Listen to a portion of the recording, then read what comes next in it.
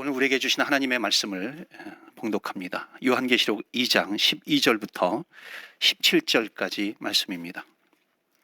신약성경 400페이지 요한계시록 2장 12절부터 17절까지 말씀입니다. 찾으셨으면 제가 봉독합니다.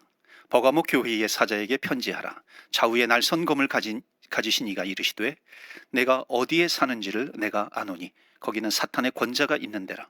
내가 내 이름을 굳게 잡아서 내 충성된 증인 안디바가 너희 가운데 곧 사단이 사는 곳에서 죽임을 당할 때에도 나를 믿는 믿음을 저버리지 아니하였도다. 그러나 내게 두어 가지 책망할 것이 있나니 거기 내게 발람의 교훈을 지키는 자들이 있도다. 발람이 발락을 가르쳐 이스라엘 자손 앞에 걸림돌을 놓아 우상의 제물을 먹게 하였고 또 행음하게 하였느니라. 이와 같이 내게도 니골라 당의 교훈을 지키는 자들이 있도다. 그러므로 회개하라. 그리하지 아니하면 내가 내게 속히 가서 내 입의 검으로 그들과 싸우리라. 17절 말씀 우리 다 같이 봉독하겠습니다. 귀에 있는 자는 성령이 교회들에게 하시는 말씀을 들을지어다. 이기는 그에게는 내가 감추었던 만나를 주고 또 흰돌을 줄 터인데 새 이름을 기록한 것이 있나니 받는 자 밖에는 그 이름을 알 사람이 없느니라. 아멘.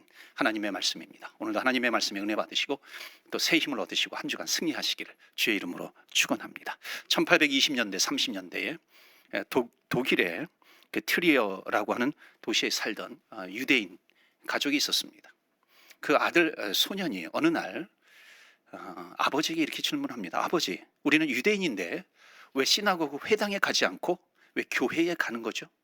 그 당시에 독일의 루터 교회를 다녔습니다. 그때 아버지가 이렇게 얘기합니다. 아버지는 법률가였어요. 아들아, 우리가 손해를 당하지 않기 위해서, 따돌림 당하지 않기 위해서, 잘 살 수 있기 위해서 이렇게 할 수밖에 없구나. 그러니까 아버지는 사회적으로 불이익을 당하지 않기 위해서 교회를 가는 겁니다. 그러니까 불이익을 당하지 않기 위해서 그리스도인이 되었던 것이죠. 그러니까 진정한 회심이 없습니다. 이 소년이 6살 때 세례도 받긴 했어요. 그런데 믿음 가운데 믿음으로 자라지 못했습니다. 그리고 대학 들어가서 교회를 완전히 떠나버린 겁니다. 1847년 30살에 영국 런던에서 엥겔스와 함께 공산당 선언을 발표하게 됩니다. 이 사람이 공산당의 아버지라고 불리우는 칼 막스입니다. 결과적인 가정이지만은 만약에 이 사람이 정말 그리스도를 만났다면, 예수님을 만났다면, 예수님을 붙들고 믿음을 가지면서 살았다면 아마 인간의 역사는 또 다른 모양으로 바뀌었을 수도 있다는 것을 생각해 봅니다. 여러분, 교회의 최대의 비극은 무엇입니까? 교회를 다님에도 불구하고 내가 주님을 만나지 못하는 것 아니겠습니까? 교회를 다님에도 불구하고 예수님의 능력을 체험하지 못하는 것입니다. 여러분, 우리는 주님의 몸된 교회를 다니면서 예수 그리스도의 이름의 능력을 체험하고 또 믿음을 가지고 어떤 환경, 어떤 환난 가운데서도 끝까지 주님을 가장 사랑하시는 저와 여러분 되시기를 주의 이름으로 축원합니다. 오늘은 우리 7교회 시리즈 4번째 시간입니다.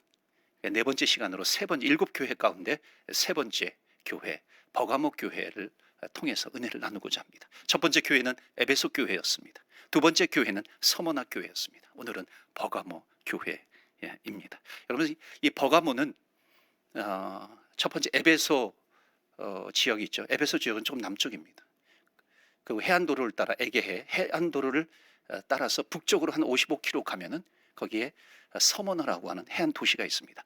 자, 이 버가모 지역은 거기에서 좀 더 북쪽 그리고 내륙으로 한 100km 정도 갑니다. 그럼 거기에 버가모라고 하는 그 당시 소아시아의 아주 중요한 도시로서 행정 도시였습니다. 그게 버가모였습니다. 자, 오늘 우리에게 주신 첫 번째 말씀 한번 보시겠어요? 12절 말씀입니다.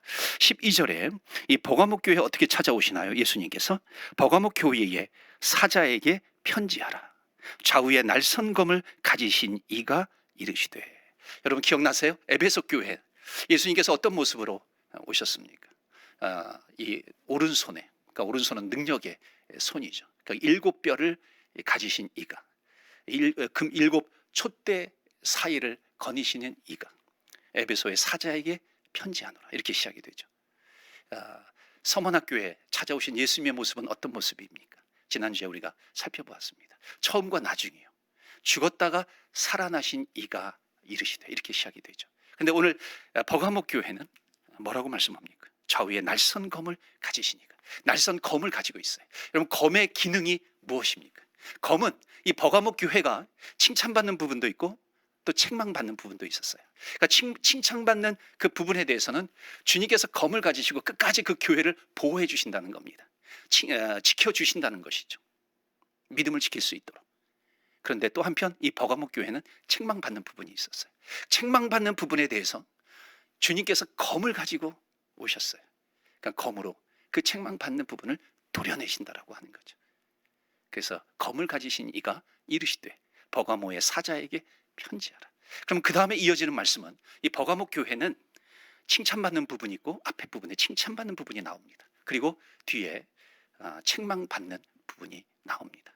오늘날 우리가 이 교회를 살펴보면서 우리 교회가 칭찬받는 부분은 더욱 살려야 되는 것이고 책망받는 부분은 우리가 도려낼 수 있는 그런 교회가 되어야 될 줄 믿습니다. 그럼 첫 번째로 칭찬받는 부분은 어떤 부분일까요? 칭찬의 내용이 13절에 나옵니다.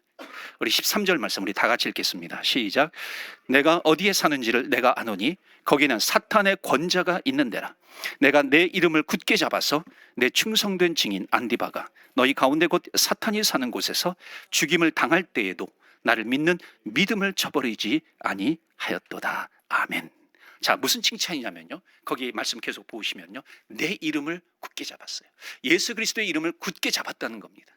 그리고 어떤 환난과 어떤 핍박 가운데서도 믿음을 잃어버리지 않았다. 그러니까 내 이름을 붙들었다, 그리고 믿음을 지켰다. 이것은 일맥 상통하는 그런 내용입니다. 여러분, 예수님의 이름을 붙드는 자가 어떻게 믿음을 저버릴 수 있겠습니까? 그럼 버가모는 여기 보시면은 사탄의 권자가 있다고 지금 말씀하고 있습니다. 그러니까 버가모는 사탄의 권자가 있다라고 하는 것은 여기에는 많은 신전이 있었습니다. 제우스 신을 섬기는 신전이 있었고요. 그리고 여기 이집트의 여신의 신전도 있었습니다. 또 이 버가모는 다른 도시들보다도 가장 먼저 이 황제의 신전을 지어서 바친 곳입니다. 그러니까 황제 숭배가 굉장히 성행하던 곳이 바로 이 버가모 지역이었습니다. 황제를 숭배하는 우상의 그 신전을 세워놓고요, 거기에 절하게 만든 겁니다. 그러니까 로마의 이 황제를 큐리오스라고 부르게 하는데, 황제를 큐리오스라고 부르게 하는데 그리스도인들은 황제를 큐리오스라고 부르지 않습니다. 황제를 주라고 부르지 않습니다. 예수 그리스도를 나의 주라고 부르는 겁니다. 그러니까는 이 로마가 볼 때는 얼마나 이 그리스도인들이 눈에 가시처럼 보였겠습니까? 그러니까 이 교회를 무너뜨리기 위한 방법이 거기 13절에 나옵니다. 거기 보면 충성된 증인 안디바가 나오죠. 거기 버가모 교회에 가장 믿음이 좋은 교인입니다. 어찌 보면 전 교인이 가장 존경하는 그런 사람, 이 안디바를 이 본보기로 불러내서 성도들이 보는 앞에서 이 목을 잘라서 죽이는 겁니다. 그러니까 너희들도 이렇게 하지 않으려면은, 이렇게 되지 않으려면은 황제를 주라고 불러라, 큐리오스라고 불러라라고 하는 겁니다. 그러니까 버가모 교회를 공격해서 쓰러뜨리려고 시범 케이스로 이 안디바라고 하는 제일 충성스러운 사람을 시범 케이스로 불러가지고 목을 잘라서 죽이면서 핍박을 했지만요. 그러나 기독교인들은 어떻게 합니까? 핍박이 와도 박해가 와도요, 주님을 버리기는커녕 생명을 걸고 이겨내는 것입니다. 그리고 순교자가 나왔어요. 하나님, 우리 교회에 순교자가 나올 수 있도록 해주셔서 감사합니다. 오히려 진리 대신 예수 그리스도의 이름을 붙들고 이겨내는 것입니다. 그래서 첫 번째 칭찬의 내용이 뭐냐면, 너희들이 그런 박해가 있었지만, 환난이 있었지만 너희들이 끝까지 예수 그리스도의 이름을 붙들고 믿음을 저버리지 않았다. 주님으로부터 칭찬을 받는 겁니다. 사랑하는 성도 여러분, 우리 교회가 주님으로부터 칭찬받는 교회가 되기를 바랍니다.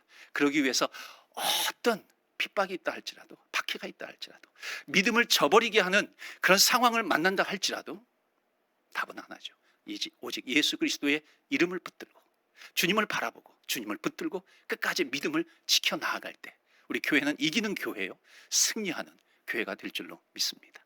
이 버가목 교회가 이렇게 칭찬을 받았는데요, 또 한편으로는 어떤 부분에 있어서는 책망도 받게 됩니다. 자, 밖에서 공격하는 그런 공격에 대해서는 끝까지 주의 이름을 붙들고 진리를 붙들고 믿음으로 이겨냈어요. 그런데 내부적인 문제에 대해서는 책망을 받게 됩니다. 그 책망의 문제가 어떤 문제였을까요? 여러분 14절 15절 말씀을 보겠습니다. 거기 보시면 버가목 교회 문제가 기록되어 있습니다. 14절에 보면 그러나 내게 두어 가지 책망할 것이 있나니 거기 내게 발람의 교훈을 지키는 자들이 있도다. 발람이 발락을 가르쳐 이스라엘 자손 앞에 걸림돌을 놓아 우상의 제물을 먹게 하였고 또 행음하게 하였느니라. 15절 말씀 보시면요, 이와 같이 내게도 니골라 당의 교훈을 지키는 자들이 있도다. 자, 두 가지 책망받을 부분이 나와요. 교회 안에 발람의 교훈을 따르는 자들이 있었다. 또 니골라 당의 교훈을 따르는 자들이 있었다는 겁니다. 도대체 발람의 교훈이 뭐고 니골라 당의 교훈이 뭘까요?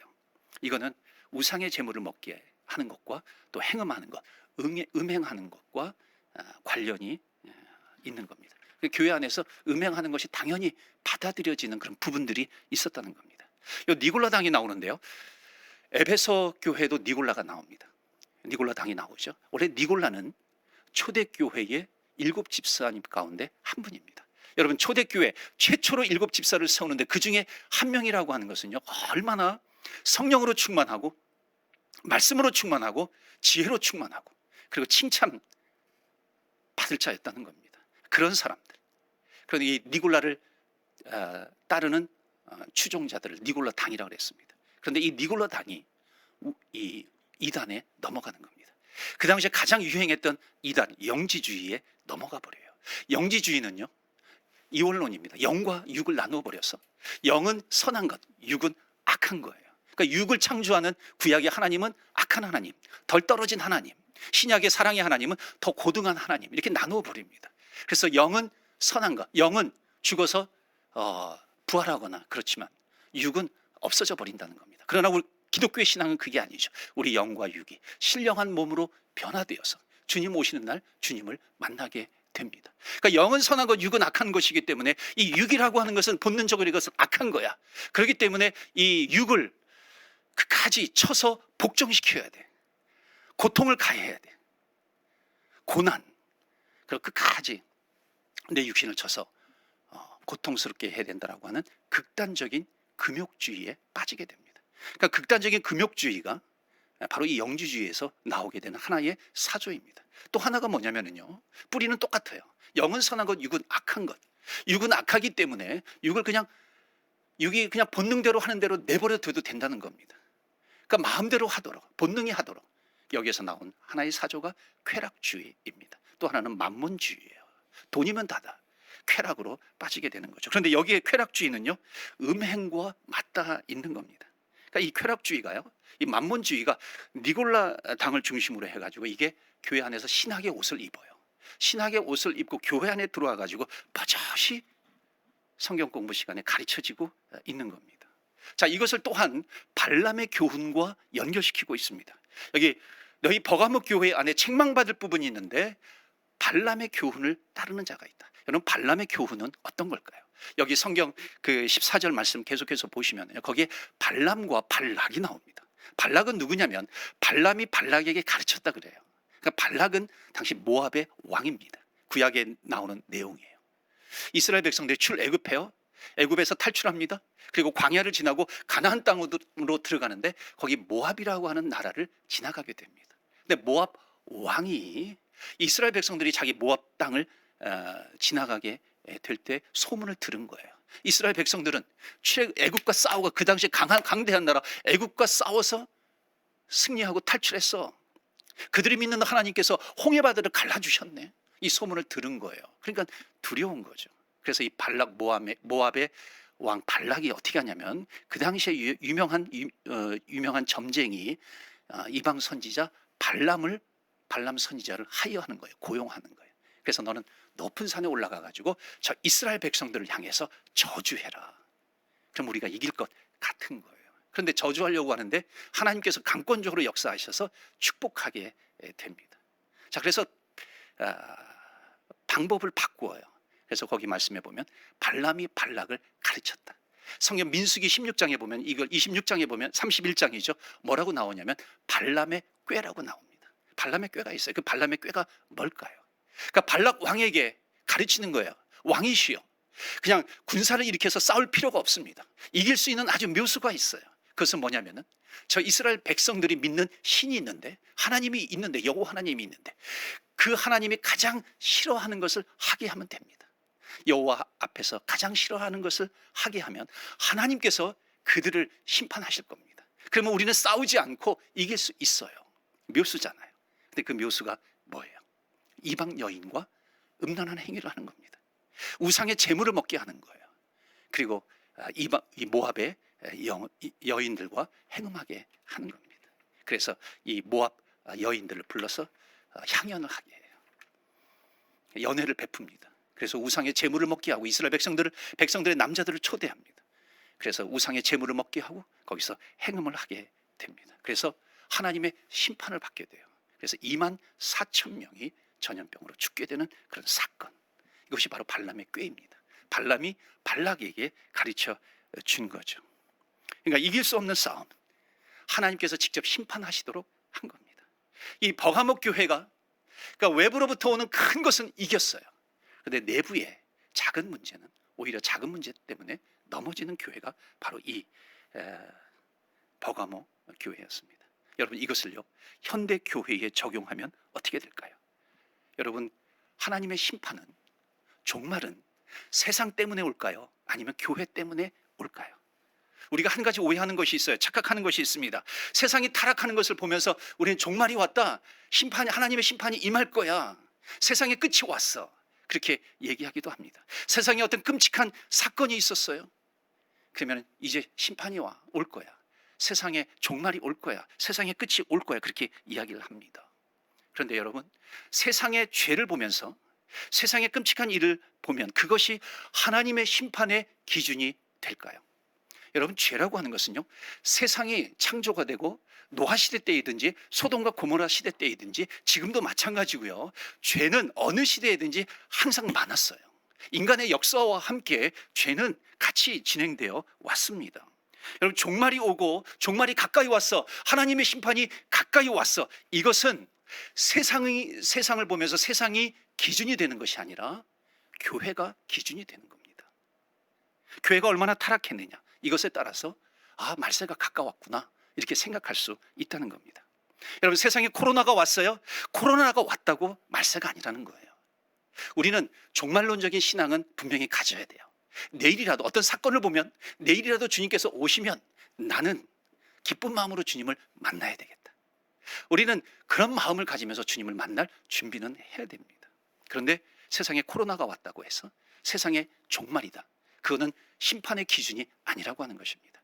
인간의 역사를 보면은요, 크고 작은 전염병들의 창궐은 항상 있어 왔어요. 아니요, 더 큰 그런 전염병의 창궐도 있었다는 것입니다. 그러니까 이것이 심판의 기준이 아닌 거죠. 여러분, 세상에서 동성애법이 통과가 되었어요. 그렇다고 세상에 종말이 올까요? 심판이 올까요?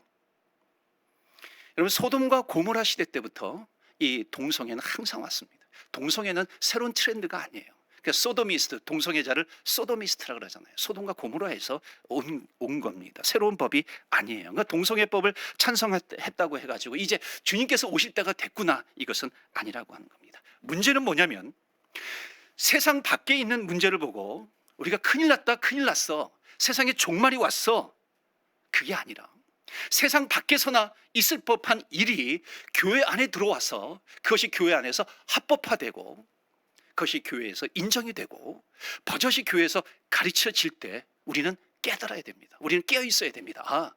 이제 교회가 하나님의 기준에 있어서 교회가 세상에서나 있을 법한 것을 교회에서 합법화되고 인정하게 될 때 세상의 끝이 왔구나, 우리는 깨어 있어 봐야 한다라고 하는 겁니다.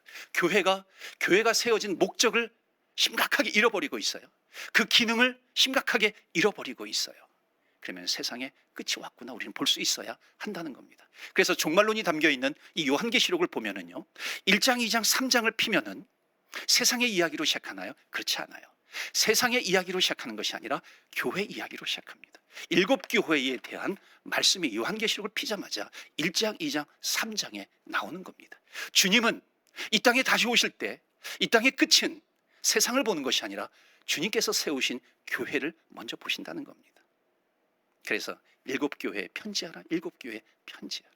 그 다음에 4장 넘어가면 천상의 교회가 나옵니다. 세상의 교회와 천상의 교회를 뚜렷하게 비교해서 보여주는 것이 요한계시록입니다. 여러분, 세상은요 지금 동성애가 핫 이슈가 되어 오고 있습니다. 특히 한국에서는 지금 더하죠. 여러분, 살인자가 교회에 올 수 있습니까? 없습니까? 와야죠. 당연히 와야죠. 교회는 살인자가 오면은 그들을 환영해야죠. 왜냐하면 그들이 와서 변화되어야 되죠. 그 사람이 죄인이 의인으로 변화되는 것이 바로 교회입니다. 옛사람을 벗어버리고 옛사람의 옷을 입었던 것을 벗어버리고 새 사람의 옷으로, 그리스도의 옷으로 갈아입는 곳이 교회 아니겠습니까? 한 번은요 집에서 가정예배를 드리는데 막내가 그런 질문을 하는 거예요. 아빠, 만약에 내가 동성연애자면 게이면 아빠 어떻게 할 거야? 이렇게 한번 물어보는 겁니다. 학교에서 아마 그런 걸 이제 많이 이렇게 디베이팅 하기도 하잖아요. 이제 가정예배 시간에 그 내용을 이렇게 전하다가 이제 그 질문을 받은 거예요. 그때 짧게 얘기하면은요, 하나님이 너를 가장 사랑하셔. 그 다음에 엄마 아빠가 너를 가장 사랑한다. 엄마 아빠는 어떤 상황 가운데서도 너를 끝까지 사랑해. 근데 너가 만약에 하나님이 싫어하시는 게이라든가 동성애자란다, 그런다면 엄마 아빠는 너를 가장 사랑하기 때문에 거기서 벗어날 수 있도록 최선을 다해서 도와줄 거야. 그렇게 이야기를 했습니다. 여러분, 성경은요 소수 인권을 중요하게 생각을 합니다. 소수를 성경은 사랑해요. 그래서 예수님께서도 고아라든지 과부라든지 병든 자, 소외된 자를 사랑하셨습니다. 그러나 성경의 포커스는 소수라고 하는 사람에게 있지 않습니다. 하나님의 은혜에 있어요. 그러니까 소수라고 하는 뜻은 뭐냐면, 소수의 포커싱을 두면 인본주의입니다. 하나님의 은혜의 포커스를 두면 신본주의가 되는 거겠죠. 여러분, 소수라고 하는 것은 뭐냐면 그 당시 고아, 과부, 병든 자, 결핍이 있어요. 부족함이 있다는 것입니다. 고아, 부모님을 상실했어요. 과부, 배우자를 상실했어요. 병든 자, 건강을 상실했어요. 그러나 세상에서 아무리 부족하고 아무리 상실했다 할지라도, 결핍이 있다 할지라도 하나님의 은혜를 만나게 되면 하나님의 은혜는 그 소수의 결핍과 부족함을 얼마든지 채우고 남는다라고 하는 것, 이것이 성경의 관점입니다. 그렇기 때문에 어떻게 하든지 하나님의 은혜를 만나게 해주는 것, 이것이 바로 교회의 너무나도 중요한 역할입니다. 여러분, 교회는 동성애자가 올 수 있습니까? 없습니까? 동성애자가 올 수 있습니다. 와야 됩니다. 교회는 그런 사람들에 대해서 오픈되어 있어야 됩니다. 열린 교회가 되어야 되는 것이죠. 왜? 와서 자기 혼자 이기지 못하는 것을 교회가 함께 이길 수 있도록 도와주는 거예요. 힘을 주는 겁니다. 그래서 옛사람을 벗어버리고 새 사람의 옷을 입을 수 있도록 도와주는 곳, 그것이 어디예요? 바로 교회입니다. 교회가 그 역할을 감당하게 된다면 그 교회는 건강한 교회가 되는 것입니다. 그렇지 않겠습니까? 내가 이기기 위해서 교회에 왔어요. 그리고 이길 수 있도록 교회에서 도와줘요. 한 해, 두 해 지나면서 점점 죄와 멀어지는 겁니다. 그 역할을 감당하는 것이 교회입니다. 그런데 여러분, 왜 이렇게 교회가 동성애 이야기를 많이 하는 줄 아십니까? 세상의 법이요, 가는법이 통과될 수 있어요. 동성애가 합법화될 수 있어요.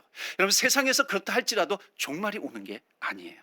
문제는 세상 밖에 있었던 것이 교회 안에 들어와서 그것이 교회 안에서 합법화되고 그것이 교회 안에서 인정되고 교회 안에서 이것이 버젓이 가르쳐질 때요, 그 부분을 보고서요, 주님께서는 마치 버가모 교회에 칼을 드시고 검을 드시고 나타나셔서 심판하시는 것처럼 주님께서 검을 드시고 교회를 향해서 오신다는 겁니다. 우리는 그것을 깨어서 볼 수 있어야 되는 것이고 우리는 교회를 지킬 수 있어야 하는 것입니다.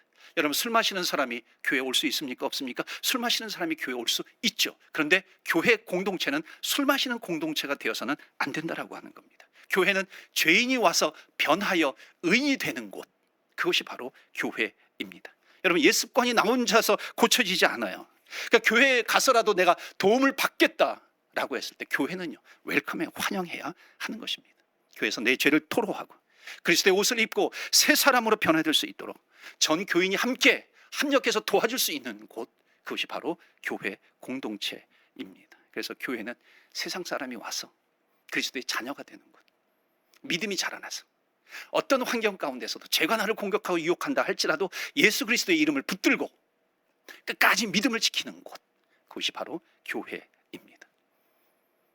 우리는 지금 같이 떨어져서 예배드리기 때문에 만약에 우리가 함께 모였어요. 함께 모여서 예배드리는데 내 옆에 술에 잔뜩 취해가지고 술 냄새 풍기는 사람이 와 있었어요. 와서 앉아요. 여러분 어떻게 하시겠습니까? 아니 왜 저런 사람이 왜 교회 왔어? 이렇게 이상한 사람이 왔네. 그리고 흘깃흘깃 쳐다보면 그 교회는 타락한 교회든지 적어도 건강한 교회는 아닙니다.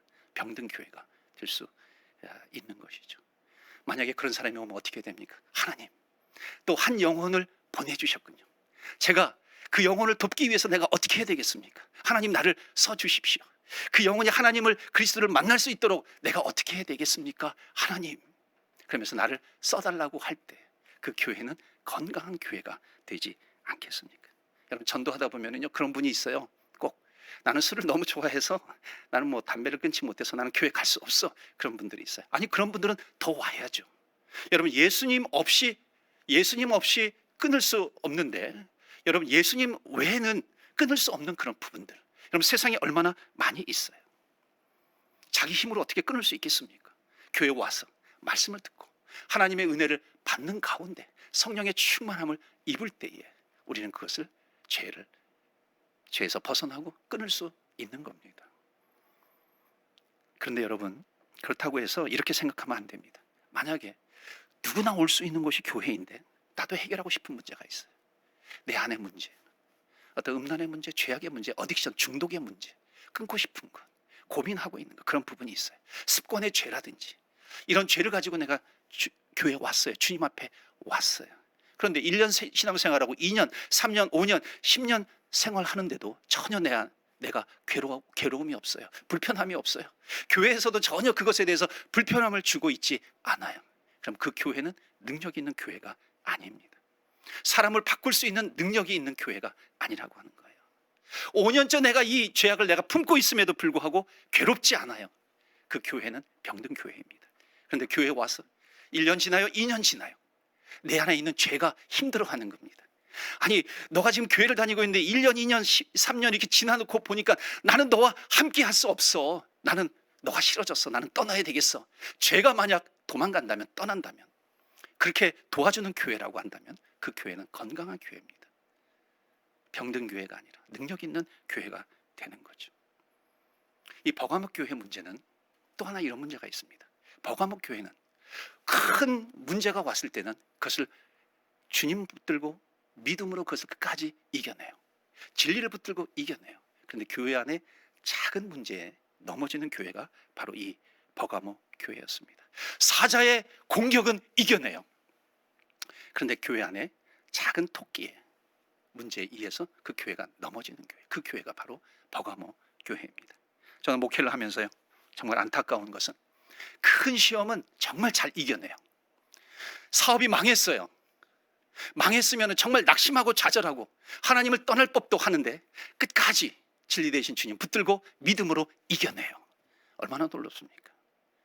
근데 어느 날 교회에서 주보에 자기 이름이 빠졌다고 교회를 떠나요. 시험 들어가지고. 우리 얘기가 될 수 있다는 겁니다.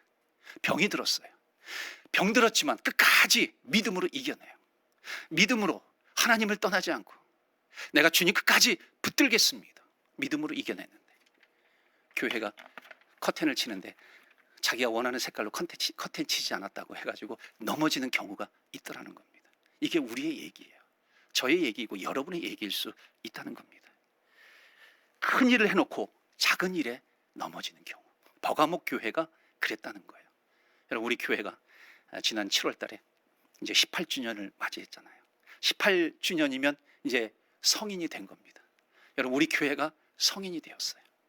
우리 교회가 성인이 될 때까지 여러분 정말 수고 많이 하셨고 큰 일을 많이 했습니다. 큰 일을 많이 했는데 사람들이 말하는 그 한마디 말 때문에 내가 시험이 들어요. 어떤 하나의 사건 때문에 내 마음이 흔들린다면 그것이 바로 버가모 교회와 같은 교회가 될 수 있다는 겁니다. 여러분 진짜 어떤 면에서 우리가 조심해야 될 것은 밖의 핍박보다도요 내 안에 내면의 교만입니다. 밖에 어떤 환란이 있다 할지라도 더 무서운 것은 내 안의 음란입니다.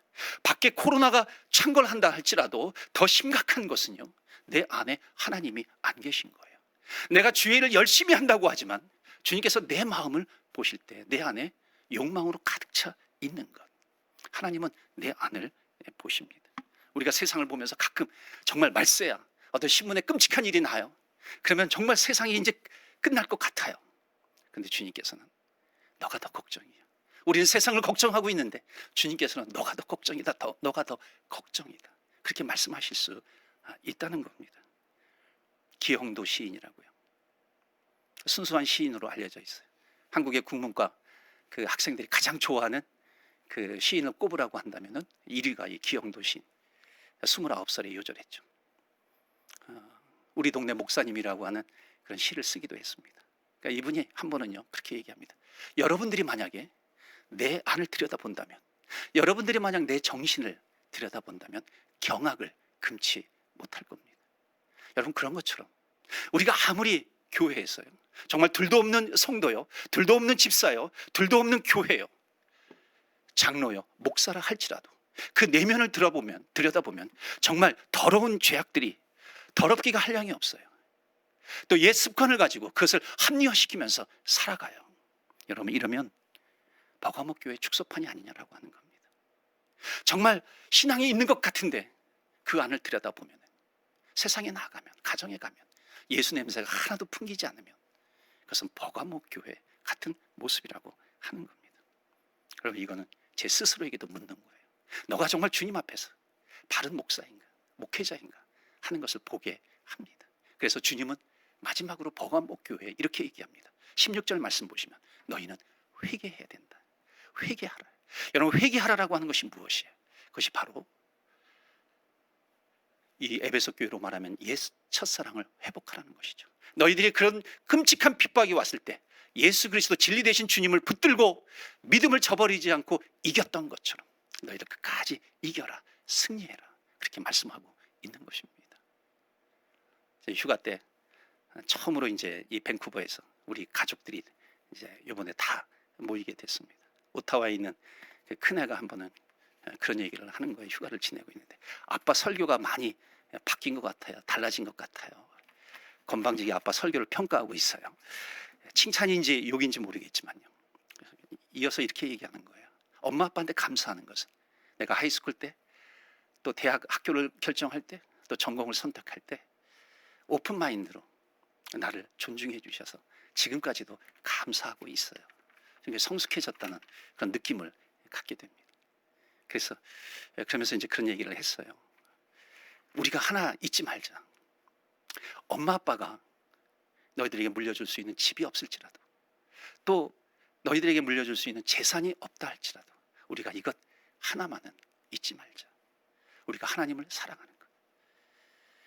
없기 때문에 세상에서 돈의 노예가 되는 것, 돈에 이끌려서 살아가는 것이 아니라 예수님을 바라보고 예수님을 붙들고 끝까지 주님을 사랑하자. 이 믿음 변치 말자. 나도 목사로서 어설픈 목사가 아니라 정말 그리스도의 종으로 우리가 살아가자. 그러면서 그런 시간을 갖게 되었습니다. 사랑하는 성도 여러분, 하나님이 우리를 보고 계신다는 겁니다. 우리가 큰 문제는 이겨놓고 작은 문제에 넘어질 수 있습니다. 그럴 때에 예수 그리스도를 바라보면서 주님의 이름을 붙들고 진리 대신 주님을 붙들고 끝까지 나가게 되면, 오늘 버가모 교회 주시는 메시지 가운데 마지막 말씀은 이런 결론적인 말씀이 있습니다. 너희들이 끝까지 이기면 너희들에게 감춰져 있는 만나를 주겠다. 그리고 이름이 기록되어 있는 흰 돌을 주겠다. 이 만나라고 하는 것은 너희들이 주님의 이름을 붙들고 끝까지 믿음을 저버리지 아니하면 때를 따라 주시는 하나님의 만나, 하나님의 은혜를 주시겠다는 약속입니다. 사랑하는 성도 여러분, 주님을 붙드시고 이 하나님께서 주시는 은혜를 받아 누리시기를 바랍니다. 또한 이름이 기록되어 있는 흰 돌을 줄 것이다. 이것은 천국을 향한, 천국으로 들어오게 하는 초청장입니다. 이것은 이기게 하신다는 것입니다. 승리케 하신다는 거예요. 우리가 예수 그리스도의 이름을 붙들고 나가면 우리에게는 승리가 보장되어 있습니다. 어떤 환경 가운데서도, 어떤 시험 가운데서도 끝까지 주님 붙드시고 승리하시는 저와 여러분 되시기를 주의 이름으로 축원합니다. 아멘.